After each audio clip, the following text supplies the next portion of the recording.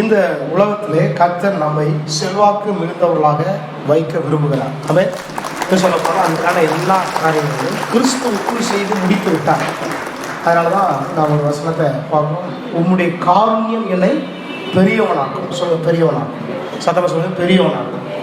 ஆண்டோட காருண்யம் நம்ம பெரியவனாக்கும் அப்படின்னா என்ன அர்த்தம்னா, இந்த பெரியவனாவது அப்படின்னா என்னன்னா செல்வாக்கு மிகுந்தவர்களாக மாறுவது.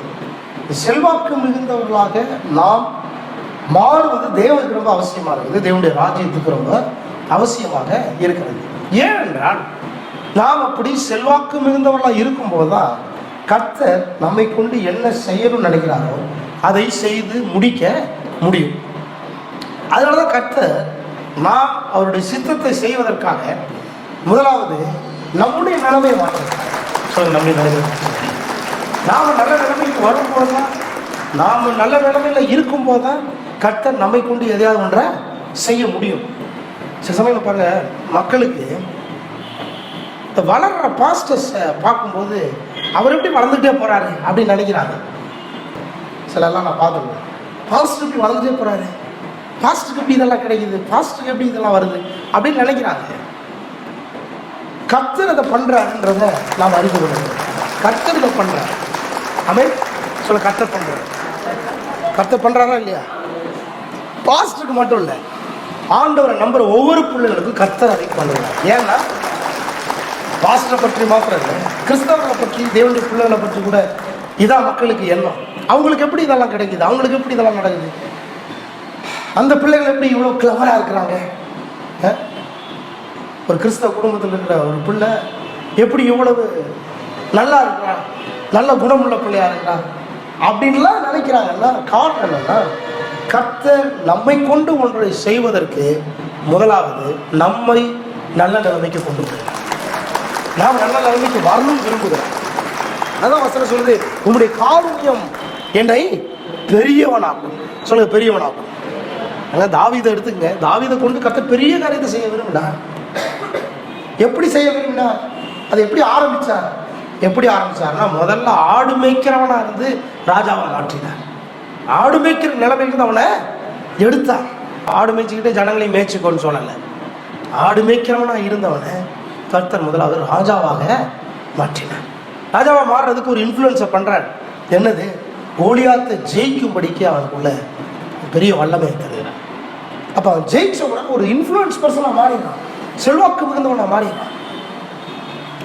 எல்லாம் ஜனங்கள்லாம் ஆர்ப்பரிக்கிறாங்க. சவுல் கொன்றது 1000, தாவீது கொன்றது 10,000 ஆர்ப்பரிக்க ஆரம்பிக்கிறாங்க. அப்போ நாம் ஜெயிப்பதில் தேவன் அக்கறை உள்ளவராக இருக்கிறார். நாம் நல்ல நிலைமைக்கு வர்றதில் தேவன் அக்கறை உள்ளவராக இருக்கிறார். நீங்கள் நல்லா வரணும், நீங்கள் ஃபர்ஸ்ட் மார்க் எடுக்கணும் படிப்பில், நீங்கள் சில காரியங்களில் உயர்ந்த நிலைமைக்கு வரணும், எக்ஸலன்ஸ் பீப்புளாக இருக்கணும் என்று கர்த்தர் விரும்புகிறார். ஏன்னா அப்போ தான் உங்களுடைய செல்வாக்கு நீங்கள் இருக்கிற பகுதியில் பரவும். அப்போ தான் உங்கள் மூலமாக ஏதாவது ஒன்றை தேவன் செய்ய முடியும் என்று பார்க்கிறார். இதை விசுவாசிக்கணும், இதை ஆழமாக நம்பணும், இதவே நாம் வாஞ்சிக்கணும். இதை தான் நாம் நம்முடைய ஜபமாக கருத வேண்டும்.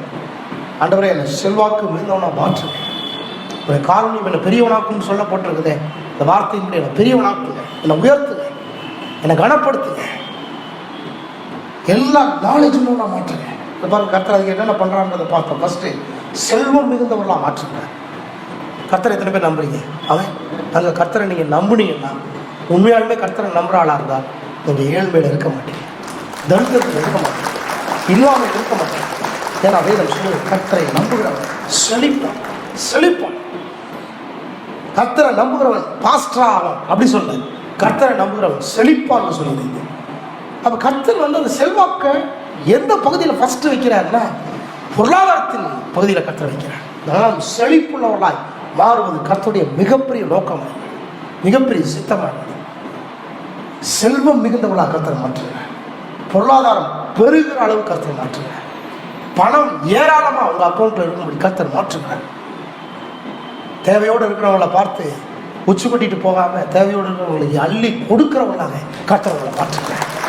நீங்கள் கொடுக்குற ஆளாக மாற்றம் இருந்தீங்கன்னா அந்த செல்வாக்கை தனி கொடுக்குறவங்களாக இருக்கிறவங்களோட எப்போதுமே ஜனங்கள் கூடிக்கொண்டே இருப்பாங்க, இருந்துகிட்டே இருப்பாங்க. நீங்கள் சொன்னதை 4 பேர் செஞ்சுக்கிட்டே இருப்பாங்க. அப்போ தேவனுடைய ராஜ்யத்தை இன்ஃப்ளூயன்ஸ் பண்ணுறது கர்த்தர் முதலாவது வெற்றி பீப்புளை மாற்றுகிறார். சொல்ல செல்வாக்கு செல்வத்தில் இருக்கிறது. செல்வத்தில் கர்த்தர் வைத்திருக்கிறார். செல்வம் மிகுந்தவர்களாக கர்த்தர்களை மாற்றுகிறார். ரெண்டாவது கர்த்தர் என்ன பண்ணுறாரு? நாலேஜ் உள்ளவர்களாக மாற்றுகிறார். யார் இன்ஃப்ளூயன்ஸ் பண்ணுறாங்க? நாலேஜ் பீப்புள் இன்ஃப்ளூயன்ஸ் பண்ணுறாங்க. அறிவுள்ளவர்களாக மாற்றுகிறார். அறிவுள்ளவர்களாக வாழ்வது அவசியம். ஒருவேளை கடந்த முன்னோர்கள் கல்வியிலே அறிவிலே தேர்ந்தவர்களாக இல்லாமல் இருக்கலாம். ஆனால் தலைமுறை பின் சந்ததிகள் நாம் அறிவுள்ளவர்களாக இருக்கும்போது மாத்திரமே நம் மூலமாக தேவனுடைய ராஜ்யம் செல்வாக்கு பூமியில செலுத்த முடியும். நிறைய பேர் அளவுள்ளவர்களாக இருக்க விரும்புகிறாங்க. ஆனால் என்ன இருக்க விரும்பல, அறிவுள்ளவங்களாக இருக்க விரும்பல, அழகை காமிக்க விரும்புகிறாங்க. பேரல் லவ்லி போட்டு கலராயிலான்னு பார்க்குறாங்க. என்ன சோப் போட்டால் கலராயிலான்னு பார்க்குறாங்க. எப்படி ஹேர் ஸ்டைல் வச்சுக்கிட்டா அழகாக இருக்கலாம். அழகாக இருக்கிறதல்ல, அதல்ல செல்வாக்கு. அது ஒரு விதமான செல்வாக்கு. அதனால் ஒரு மண்ணும் பிரயோஜனம் கிடையாது. அழகு வீண் பைபிள் சொல்லுதில்ல. அழகு வீண் அப்படின்னா அழகாக இருக்கக்கூடாது. இந்த கர்த்தர் நம்மளை அழகாக படைச்சிருக்கேன். சொல்லுங்க, நான் ரொம்ப அழகாக இருக்கேன். சொல்லுங்க, நான் ரொம்ப அழகாக இருக்கேன். சத்தமாக சொல்லுங்க, நான் ரொம்ப அழகாக இருக்கேன். சொல்லுங்க, நான் ரொம்ப அழகாக இருக்கேன். நல்லது தான். கார் ரொம்ப அழகான ஒரு கார், BMW ரொம்ப அழகான கார், ரொம்ப அழகாக, ரொம்ப கவர்ச்சிகரமாக இருக்கும், ரொம்ப அழகாக இருக்கும். ரொம்ப அழகாக கார் வந்து உள்ள ஸ்டேரிங் இல்லாமல், இன்ஜின் இல்லாமல், பிரேக் இல்லாமல், உள்ள பெட்ரோலே இல்லாமல், உள்ள சீட்டே இல்லாமல், அப்படியே பார்த்தா ரொம்ப அழகாக இருக்குது. உள்ள சீட்டே இல்லை, உள்ள இன்ஜினே இல்லை, ஸ்டேரிங்கே இல்லை, கீர் போடுறதுக்கு ஒன்றும் இல்லை. அப்படி தூக்கி தூக்கி முத்தம் கொஞ்சிக்க வேண்டியதான். ரொம்ப அழகான கார், அழகான கார். இன்னைக்கு நிறைய பேர் அவ்வளவுதான் அழகா இருக்கிறாங்க. ஆனால் என்ன இல்லை, உள்ள பெட்ரோல் இல்லை, இன்ஜின் இல்லை, கீர் இல்லை, இல்லை பிரேக் இல்லை, எந்த அறிவுபூர்வமான காரியங்களும் உள்ள இல்லை. ஆள் ரொம்ப ஸ்ட்ரக்சர் அழகாக இருக்குது, பார்த்தா கலராக இருக்குது, கருப்பாக இருந்தாலும் கலையாக இருக்குது, இதெல்லாம் ரொம்ப மெச்சிக்கிற அளவுக்கு இருக்குது. ஆனால் என்னென்ன அறிவு இல்லை. அப்போ இன்ஃப்ளூயன்ஸ் வந்து அழகாக இருக்கிறதுல இல்லை, அறிவாக இருப்பதில் இருக்கிறது. ஒரு சின்ன ஒரு ஆர்டிக்கல் வாசிக்கிறாங்க. இந்த உலக அழகிகளாக தேர்ந்தெடுக்கிறாங்கல்ல, உலக அழகி ஒருத்தர் பேர் சொல்லுவாங்க, ஐஸ்வர்யா ராய். ஐஸ்வர்யா ராய் உலக அழகியாக இருந்தது ரொம்ப வருஷத்துக்கு முன்னால். இப்போ நிறைய பேர் ஆயிட்டாங்க. ஆனால் இன்னைக்கு வரைக்கும் உலக அழகின்றது, ஐஸ்வர்யா ராய்ன்றது அப்படியே இந்த எல்லாருடைய மனதிலையும் பதிஞ்சு இருக்குது. அந்த உலக அழகிகளை எப்படி தேர்ந்தெடுக்கிறாங்க அப்படின்றதுல ஒரு ரொம்ப முக்கியமான ஒரு விஷயம் வந்து என்னென்னா, வெறும் இந்த சரீர பிரகாரமான அழகு மட்டும் கிடையாது. முக அழகு, ஒல்லியாக இருக்கிறாங்களா, குண்டாக இருக்கிறாங்களா, இல்லை அந்த கவர்ச்சிகரமாக இருக்காங்க, இது அல்ல. இதை வச்சு மட்டும் உலக அழகியை தேர்ந்தெடுக்கிறது இல்லையா. இது வந்து வெளிப்படையான தேர்ந்தெடுப்பு. அதாவது வெளிப்படையாக பார்க்கறதுல அதுவும் ஒரு மார்க்கம். ஆனால் மறைமுகமாக நிறைய கேள்விகள் இருக்கான். ஜெனரல் நாலேஜ் கொஸ்டின்ஸ் நிறைய இருக்குதான். அதுலேயும் இவங்க தேர்ச்சி பெறணுமா? அதுலேயும் தேர்ச்சி பெற்றாதான் இவங்க வந்து உலக அழகியாக தேர்ந்தெடுக்கப்படுவதற்கு அதுவும் ஒரு தகுதியாக. அப்போ அந்த ஆர்டிக்கலில் போட்டிருக்காங்க, சரீரத்தில் பார்வையில் அழகாக இருந்து மாத்திரம் உலக அழகியாக மாறிவிட முடியாது. நாலேஜ்டு பீப்புளாகவும் இருக்க வேண்டும், ஜெனரல் நாலேஜ் இருக்கணும், அறிவுபூர்வமான சில கேள்விகளுக்கு அவர்கள் கரெக்டாக பதில் கொடுக்க வேண்டும் அப்படின்லாம் அதில் போட்டுருக்காங்க. அப்படி இல்லைன்னா இவங்க உலக அழகியாகவும் உள்ளூர் அழகியாகவும் இருந்தால் கூட பரவாயில்ல, ஆனால் அந்த பட்டத்துக்கு தேர்ந்தெடுக்கப்பட முடியாதுன்னு போட்டிருக்குது. அப்போது நாலேஜ்டு பீப்புளாக இருக்கணும். சொல்லுங்கள், அறிவுபூர்வமானவர்களாக இருக்கணும், அறிவை வளர்த்து கொள்ள வேண்டும். எல்லாம் தெரிஞ்சவங்களா இருக்கும். எல்லாம் தெரிஞ்சவங்களா நடிப்பதல்ல, எல்லாம் தெரிஞ்சவங்களா இருக்க வேண்டும். நிறைய பேர் எல்லாம் தெரிஞ்சவங்களா நடிப்பாங்க, அப்படி இல்லை, எல்லாம் தெரிந்தவர்களாக இருக்க வேண்டும். அதுதான் அழகு. பைபிள் சொல்லுதுல, குணத்தை தான் அழகாக சொல்லுது இல்லை. 1 பேர் 2 பேர்லாம் வாசித்து பார்த்தீங்கன்னா, சாந்தமும் அமைதலும் உள்ள குணமே ஒரு ஸ்திரீயினுடைய அழகு. வெளியில் அழகாக இருக்க ஒரு பிரயோஜனம் கிடையாது. இந்த அறிவுபூர்வமானவர்களாக இருப்பதான் அழகாக காண்பிக்கும். எத்தனை பேர் ஆமைன்னு சொல்லுங்க? ஆமே. சொல்ல, அறிவை வளர்த்து கொள்ள வேண்டும், ஞானம் உள்ளவர்களாக இருக்க வேண்டும் இல்லை அவன். சரி, மூன்றாவது ஓனர்ஷிப். யாரை கொண்டு கர்த்தர் செல்வாக்கு மிகுந்தவர்களாக மாற்றுகிறார், யாரை கொண்டு தன்னுடைய செல்வாக்கை செலுத்துகிறார். முதலாளிகளை கொண்டு கர்த்தர் தன்னுடைய செல்வாக்கை என்னுடைய ராஜ்யம் செலுத்துகிறார். கர்த்தர் முதலாளிகளாக மாற்ற விரும்புகிறார். நிறைய காரியங்களுக்கு ஓனர்ஸாக மாற்ற விரும்புகிறார். சீக்கிரத்தில் நான் சொல்கிறேன், இங்கே இருக்கிற ஒவ்வொருவரையும் சொந்த வீட்டுக்காரங்களை கத்தர் மாற்றுவார். எத்தனை கிராமம் அது ஓனர்ஸாக மாற்றுவார். சில வாகனங்களுக்கு ஓனர்ஸாக, சில வீடுகளுக்கு ஓனர்ஸாக கத்தர் மாற்றுவார். அப்படி மாற்றும்போது செல்வாக்கு முதல்வர்களாக நாம் மாறும். ஆனால் அது போன வாரத்தில் பார்த்தோம், தோஸ் ஹூ கண்ட்ரோல் சிஸ்டம்ஸ், இந்த மீடியா போன்ற சிஸ்டம்ஸை யார் கண்ட்ரோல் பண்ணுறாங்களோ அவர்கள் மூலமாக கர்த்தர் நம்முடைய செல்வாக்கை செலுத்த விரும்புகிறார். போன வாரத்தை அதை எக்ஸ்பிளைன் பண்ணேன். சரி, இன்னைக்கு யார் கையில் அத்தாரிட்டி இருக்குதோ, பவர் அத்தாரிட்டி இருக்குதோ அவர்கள் செல்வாக்கை செலுத்துகிறார்கள். சொல்லுங்க, அத்தாரிட்டி, பவர், அதிகாரத்தில் யார் ஒருவர் இருந்தால் அவர்கள் மூலமாக செல்வாக்கு அவர்கள் பகுதியிலே செலுத்தப்படுகிறது. அத்தாரிட்டி பீப்புளாக கர்த்தர் மாற்றுகிறார். பாருங்க, லூக்கா 7ஆம் அதிகாரத்தில் பாருங்க, 2 வேத பகுதி மட்டும் நம்ம இன்னைக்கு வாசிப்போம். லூக்கா 7ஆம் அதிகாரத்தில் 1-10 வசனம் வரை அவர் தம்முடைய வார்த்தைகளை எல்லாம் ஜனங்களுடைய காதுகள் கேட்கும்படி சொல்லி முடித்த பின்பு கப்பர்நகூமுக்கு போனார். அங்கே 100க்கு அதிபதியாகிய ஒருவனுக்கு பிரியமான வேலைக்காரன் வியாதிப்பட்டு மரண அவஸ்தையாக இருந்தான். யாருவ? 100க்கு அதிபதி. சொல்லுங்க, 100க்கு அதிபதி.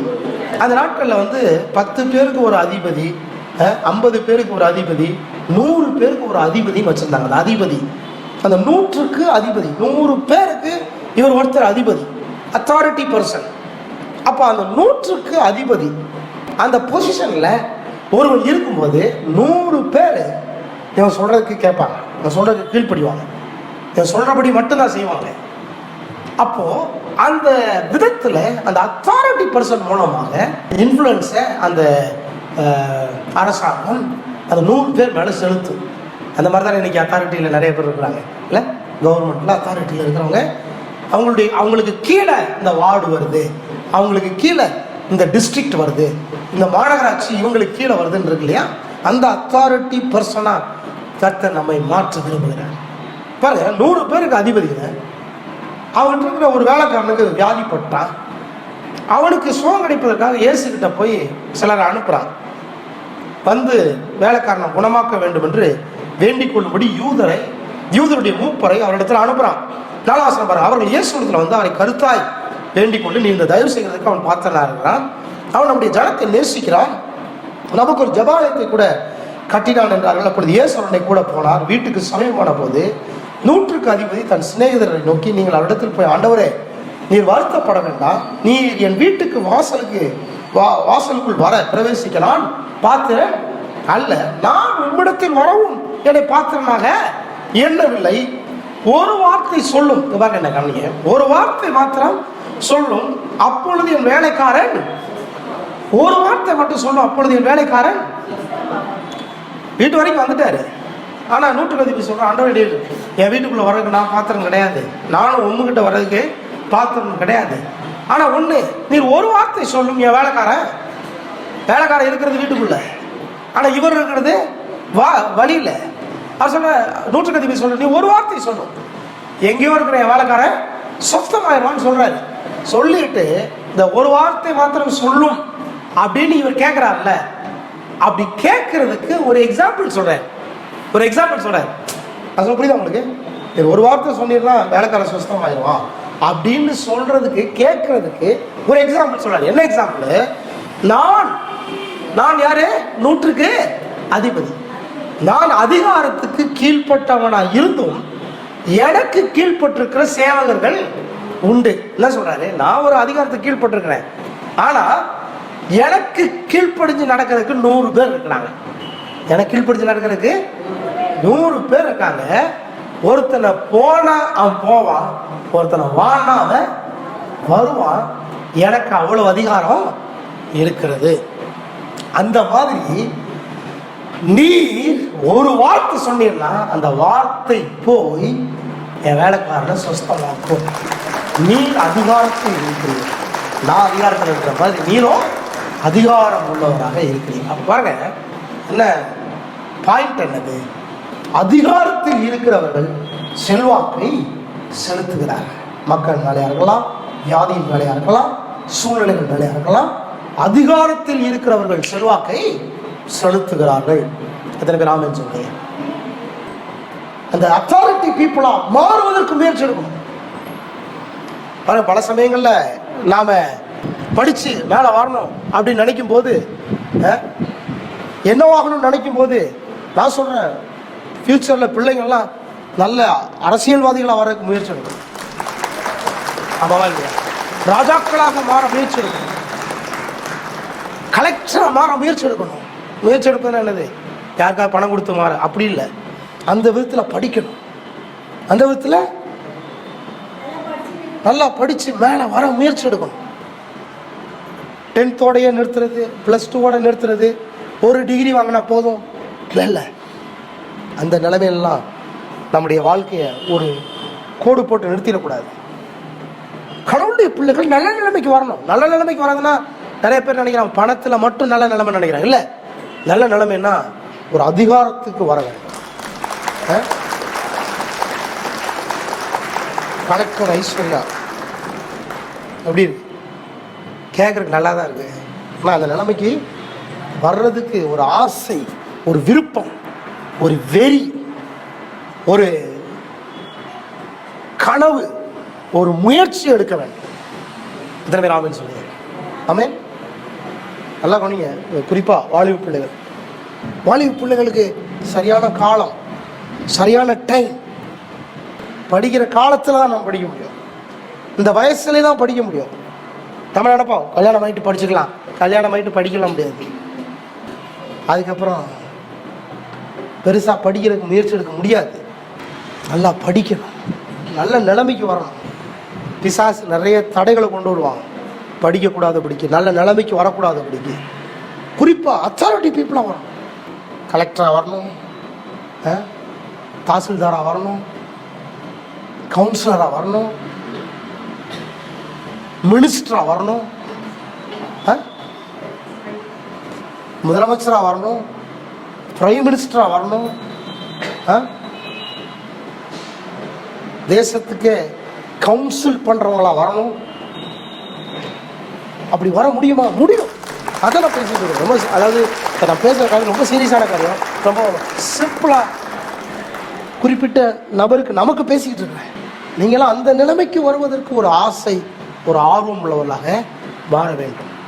ஏன்னா அத்தாரிட்டி பீப்புளாக இருக்கும்போது தான் தேவனுடைய ராஜ்யம் நம்மை கொண்டு செல்வாக்கை செலுத்த முடியும். நீங்கள் ஒரு முதலமைச்சராக இருந்தால் என்ன பண்ணுவீங்க?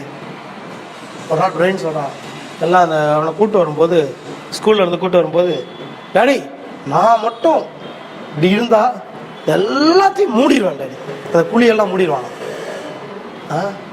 நீங்கள் மட்டும் முதலமைச்சராக இருந்தால், நீங்கள் மட்டும் ஒரு அத்தாரிட்டி பர்சனாக இருந்தால், நீங்கள் சொன்னால் நடக்கும் என்கிற விதத்தில் உங்களுக்கு ஒரு அதிகாரம் கொடுக்கப்பட்டிருந்தால் எப்படி இருக்கும்? எப்படி இருக்கும்? உங்கள் கண்ட்ரோல் கீழே, சொல்லுங்கள் என் கண்ட்ரோல் கீழே சஞ்சீவ் அந்த நிலைமைக்கு வரணும். பிள்ளைங்கள்லாம் அப்படிப்பட்ட ஆசைகளை வளர்க்கணும். தீமையான கெட்ட ஆசைகளுக்குள்ளே போய் விழுந்துடக்கூடாது.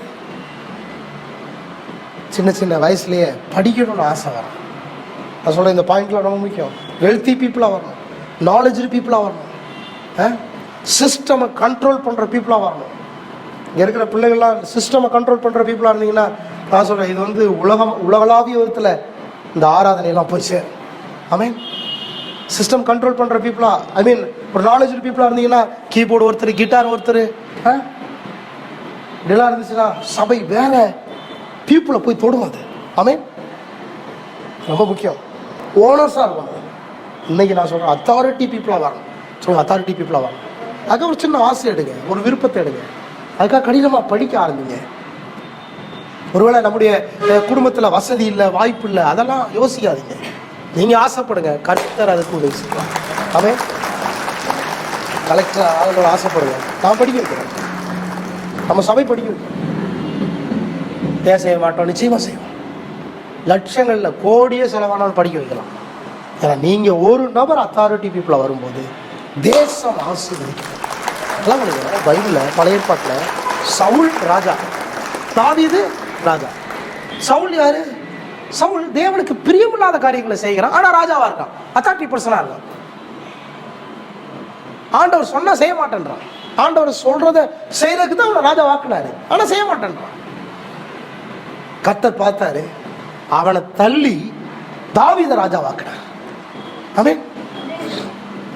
தாவீது ராஜாவாகிறதுக்கு அவங்க பேரண்ட்ஸ் ஏதாவது பணம் செலவு பண்ணாங்களா? இல்லை. தாவீது ராஜாவாக்குறது ஆகிறதுக்கு யார் செலவு பண்ணா? தேவனே எல்லாத்தையும் பார்த்துக்கிட்டார். தேவனே எல்லாத்தையும் பார்த்துக்கிட்டார். நான் சொல்றேன், உங்களை அந்த அத்தாரிட்டியில் வைக்கிறதுக்கு தேவன் எல்லாவற்றையும் பார்த்து கொள்வார். அதை நம்புங்க. இதுக்காக ஒரு ஆசைப்படுங்க, முயற்சி எடுங்க. இடையில சில டிஸ்ட்ராக்ஷன் வரும். நம்ம பீப்புள் மீன்ஸ் நம்ம இயற்கையாகவே நம்ம என்ன நினைக்கிறோம், சும்மா 10th படிச்சிருந்தா போதும், +2 படிச்சிருந்தா போதும், நல்லா சாப்பிட்றதுக்கு ஏதாவது கிடைச்சா போதும், ஓரளவுக்கு கொஞ்சம் அழகாக இருந்தால் போதும், கொஞ்சம் வயசு வந்துருச்சுன்னா அவ்வளோதான், கல்யாணம் பண்ணிவிட்டு ஏதாவது ஒரு குடும்பத்தில் போய் செட்டில் ஆகிடும். நான் சொல்கிறேன், இது வந்து ஒரு அளவுக்குட்பட்ட சிந்தை. இது அளவுக்குட்பட்ட சிந்தை. இந்த மாதிரி நல்ல நிலைமைக்கு வரக்கூடாதபடிக்கு பிசாசு கொண்டு வர்ற ஒரு அளவிற்குட்பட்ட சிந்தை. நான் சொல்கிறேன், சின்ன பிள்ளைகள், வாலிப பிள்ளைகள் ஒரு நல்ல நிலைமைக்கு வராமல் திருமண காரியத்தை யோசிக்கக்கூடாது. திருமணம் அவசியம். ஆனால் திருமணத்துக்கு முன்பாக நீங்கள் உயர்ந்த நிலைமைக்கு வரணும், உயர்ந்த இடத்துக்கு வரணும். அதுக்கிடையில் இந்த கெட்ட காரியத்துக்குள்ளே போய் தீமையான காரியங்களுக்குள்ளே இன்வால்வ் ஆகிடக்கூடாது. உங்களுடைய ஆசைகளையும் விருப்பங்களையும் வேற ஏதோ ஒரு இடத்துல வச்சிடக்கூடாது. அது வந்து ஃப்யூச்சரை ரொம்ப பெரிய விதத்தில் பாதிக்கும். கடவுள் உங்களை வச்சு செய்யணும்னு நினச்ச காரியங்களை செய்ய முடியாமல் போய்விடும். எது சொல்லுவாங்க, நீங்கள் ஒரு நல்ல நிலைமைக்கு அத்தாரிட்டி பீப்புளாக வர்றதுக்கு உங்கள் கனவுகளையும் ஆசைகளையும் விருப்பங்களையும் உயர்த்த. சின்ன சின்ன ஆசைகள் நிறைவேறும், ஆனால் அதுவே தேவ சித்தம் கிடையாது, அதுவே முழுமை கிடையாது. சப்பாத்தி வேணும்னு ஆசைப்படுறீங்க, சப்பாத்தி உடனே கிடைக்கும், அப்பாடா அவ்வளோதான் வாழ்க்கை அப்படின்னு நினச்சிடக்கூடாது. சாப்பாட்டிலேயே திருப்தி பற்றக்கூடாது, சரீர தேவைகள்லேயே திருப்தி பற்றக்கூடாது. இதெல்லாம் வாழ்க்கை, இதெல்லாம் கடவுள் நினச்ச காரியம். எல்லாம் கிடைக்கும், நல்ல ட்ரெஸ்ஸு கிடைக்கும், நல்ல சாப்பாடு கிடைக்கும், நல்ல தங்குற இடம் கிடைக்கும், நல்ல பெட்ரோல் கிடைப்பாங்க, எல்லாம் ஓகே. ஆனால் இந்த மாதிரி பிரசங்கம் எதுக்கு தெரியுமா? அது உங்களுடைய அளவிற்குட்பட்ட சூழ்நிலை கொடுக்க முடியாததை கொடுப்பதற்கு தான் கர்த்தர் இப்படிப்பட்ட பிரசங்களை கர்த்தர். அதனால அப்படிப்பட்ட எண்ணங்களை உடையவர்களாக இருக்க வேண்டும். பாருங்க, 100க்கு அதிபதி என்கிற ஒருவன் அவன் இடத்துல இருந்துக்கிட்டு அவன் சொல்றான், நான் ஒருத்தனை போனா போறான், வானா வரான், எனக்கு அந்த அதிகாரம் இருக்கிறது. அதிகாரம் சொல்லுங்க, அதிகாரம். தலைக்கழிச்சு ஆண்டவரே, நான் ஒரு அதிகாரம் உள்ளவனா, ஒரு அதிகாரியாகும். ஆமென். எத்தனை பேர் ஆமென்னு சொல்லி? யார் அப்படி யாரும் விரும்புறீங்க? உண்மையாலுமே சும்மா அது வேடிக்கையாக எடுத்துக்கோங்க, நல்லா அதுக்காக ஒரு ஆசைப்படுங்க. நீங்கள் அப்படி ஆசைப்படுங்க, உங்கள் பெற்றோர் நிச்சயமாக அதுக்கு உதவி செய்வாங்க, படிக்க வைப்பாங்க. நீங்கள் அதுக்கு கடினமாக உழைங்க, கடினமாக படிங்க, பெற்றோர் உங்களுக்கு அதுக்கு உதவி செய்வாங்க. அப்படி செய்யாத பெற்றோர் இந்த உலகத்தில் யாருமே கிடையாது. நல்லா படிக்கணும்னு நினச்சி நீ எல்லாம் படித்து என்னதை பண்ண போகிறேன்னு சொல்கிற ஆட்கள் கிடையவே கிடையாது, இன்னைக்கு கிடையாது. எத்தனை பேர் இது ஆண்டவர் தான் பேசுகிறேன்னு நினைக்கிறீங்க? ஆண்டவர் தான் பேசுகிறேன். கடவுள் தான் அந்த ஆசைகளை விருப்பம் உங்களை சொல்ல. பிள்ளைகள் நல்லா படிக்கணும், அந்த அத்தாரிட்டி பர்சனாக மாறும். படித்து அந்த இடத்துக்கு பணம் கொடுத்து வரவில்லை, படித்து அந்த இடத்துக்கு நல்ல நிலைமைக்கு வர வேண்டும். அப்படி வரும்போது கர்த்தர் நம் மூலமாக செல்வாக்க நாம் இருக்கும் பகுதியில் செலுத்த முடியும். இன்னொரு வேத பகுதி வாசிப்போம். யோவான் 19ஆம் அதிகாரம் 9ஆம் வசனம். இந்த 19ஆம் அதிகாரம் என்னதுன்னா, இயேசு காட்டி கொடுக்கப்பட்டு இயேசு வந்து சிலுவையில் அறைய போவதற்காக அங்கே எல்லாம் நடக்குது. 19ஆம் அதிகாரத்தில் 1ஆம் வசனத்துலேருந்து பார்த்தீங்கன்னா, பிலாத்து என்கிற ஒரு மனுஷனுடைய கையில் இயேசு ஒப்படைக்கப்படுகிறார். அங்கே வார்னால அடிப்பித்தார்கள், போர்ச்சவர்கள் முள்னால ஒரு முடியை பின்னி அவர் சிரசு மேலே வச்சு ஒரு சிறப்பான ஒரு அங்கி அவருக்கு உடுத்தி, யூதருடைய ராஜாவை வாழ்க என்று சொல்லி அவர் கையினாலே அடித்தார். இயேசுவை பாடுகளுக்கு உட்படுத்துகிறாங்க. பிலாத்து தான் இதை, பிலாத்தினுடைய தலைமையில இது நடக்குது. கவனிங்களா? பிலாத்துங்கிற ஒரு மனுஷனுடைய தலைமையில நடக்குது. அப்போ பிலாத்து ஒரு காரியத்தை கேட்குறாரு. என்ன கேட்குறாரு? 9ஆம் வசனத்தில் எல்லாரும் வாசிங்க. பிலாத்து மறுபடியும் அரண்மனைக்குள்ளே போய் இயேசுவை நோக்கி, நீ எங்கே இருந்து வந்தவன் என்றான். அதற்கு இயேசு ஒரு வார்த்தை கூட சொல்லலை. அப்பொழுது பிலாத்து 10ஆம் வசனத்துல, நீ என்னோட பேச மாட்டியா அப்படின்னு சொல்லிட்டு என்ன சொல்றாரு, உன்னை சிலுவையில் அறைய எனக்கு அதிகாரம் உண்டென்றும் உன்னை விடுதலை பண்ண எனக்கு அதிகாரம் உண்டென்றும் உனக்கு தெரியாதா? நான் மாதிரி சொல்றேன் பாருங்க. பாருங்க, ரொம்ப ஸ்டாண்டர்டான ஒரு பர்சன் பிலாத்து. பிலாத்துக்கு இந்த அத்தாரிட்டி என்னன்னா, ஒருத்தனை சிலுவையில் அறைய அனுமதிப்பதும் ஒருவனை சிலுவையில் அறைய கூடாது என்று சொல்லுவதற்கும் யாருக்கு அதிகாரம் இருந்துச்சு? சொல்லுங்க, பிலாத்துக்கு அதிகாரம் இருந்தது. என்ன மாதிரி அத்தாரிட்டி பர்சன் பாருங்க. சொல்லுங்க, அத்தாரிட்டி பர்சன். அப்படிப்பட்ட இடத்திற்கு கர்த்தர் உங்களை கொண்டு வரணும் விரும்புகிறார். ஏன்னா அங்கதான் இன்ஃப்ளூயன்ஸ், அங்கிருந்து நீங்க செல்வாக்கை செலுத்த முடியும்.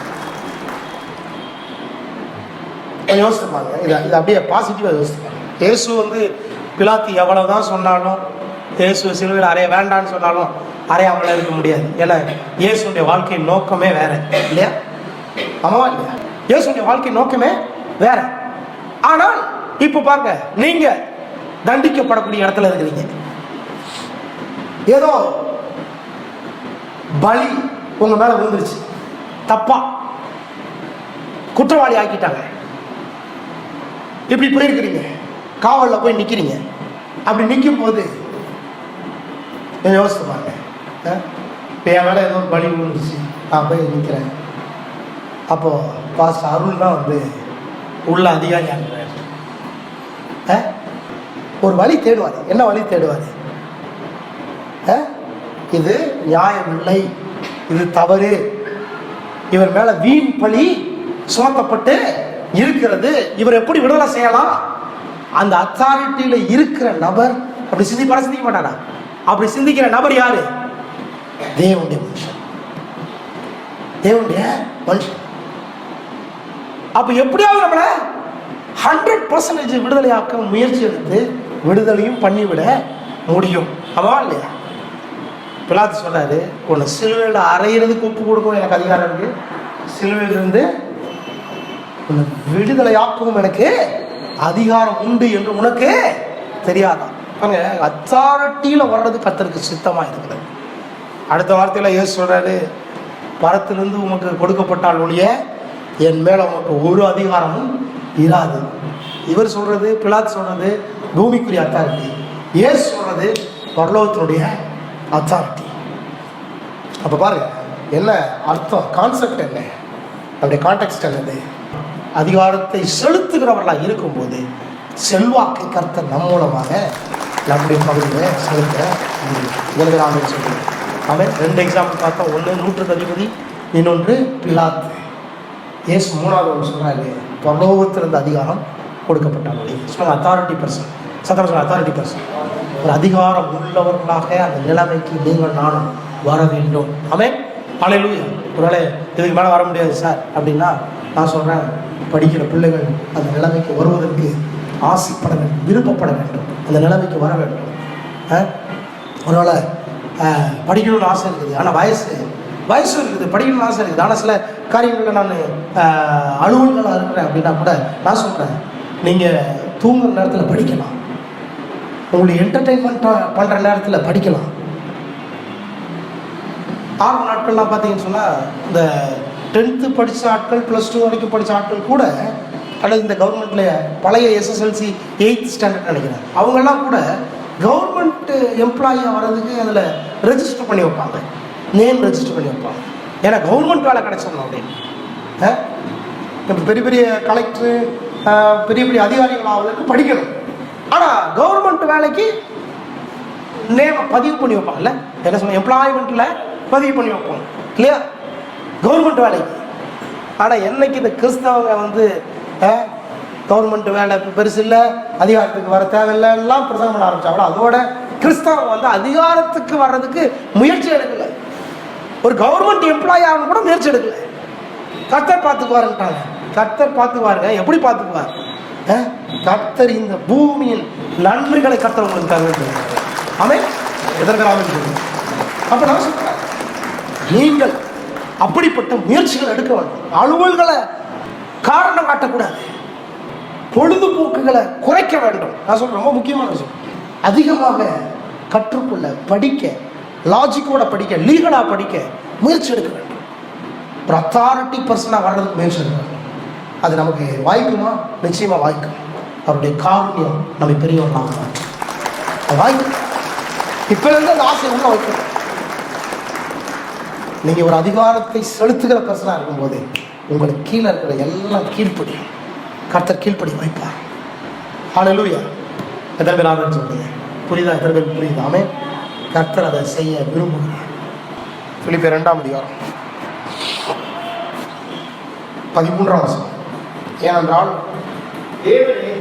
தேவனே தம்முடைய தயவுள்ள சித்தத்தின்படி விருப்பத்தையும் அதற்கு ஏற்ற செய்கையும் உங்களில் உண்டாக்குகிறவராக இருக்கிறார். இப்ப ஆண்டவர் என்ன பண்றாரு? செய்தியின் மூலமாக உங்களுக்கு ஒரு விருப்பத்தை உண்டாக்குகிறார். அந்த விருப்பத்திற்கு ஏற்ற நடவடிக்கைகளை மாற்றுகிறார். உங்களுக்கு ஒரு விருப்பம் உண்டானால் அதற்கேற்ற நடவடிக்கையும் உண்டாகும். கர்த்தரே தான் பண்றாங்க. ஒரு நல்ல விருப்பங்களை கர்த்தரை தருகிறார். கெட்ட விருப்பங்கள் பிசாசினால வருகிறது. கெட்ட விருப்பங்கள் வாழ்க்கையினுடைய நோக்கத்தை தலைகீழா மாத்திரும். கெட்ட விருப்பங்களுக்கு நாம் கீழ்ப்படிவது நம்முடைய பலவீனமான சுபாவத்தை காண்பிக்கிறது. ஆரோக்கியம் உள்ளவர்களாக இருக்க வேண்டும். நம்முடைய குணத்திலே, சுபாவத்திலே நம்முடைய ஆசைகள் தரமுள்ளதாக இருக்க வேண்டும். நம்முடைய ஆசைகள் தேவனுடைய சித்தத்துக்கு ஏற்றவைகளாக இருக்க வேண்டும். நான் சொல்றேன், இப்படிப்பட்ட ஆசைகள் உங்களுக்குள்ள உருவாகட்டும். தேசத்தையே நடத்தக்கூடிய ஆசைகள் உருவாகட்டும். அத்தாரிட்டி பர்சனா வாழ்கின்ற ஆசைகள் உருவாகட்டும்.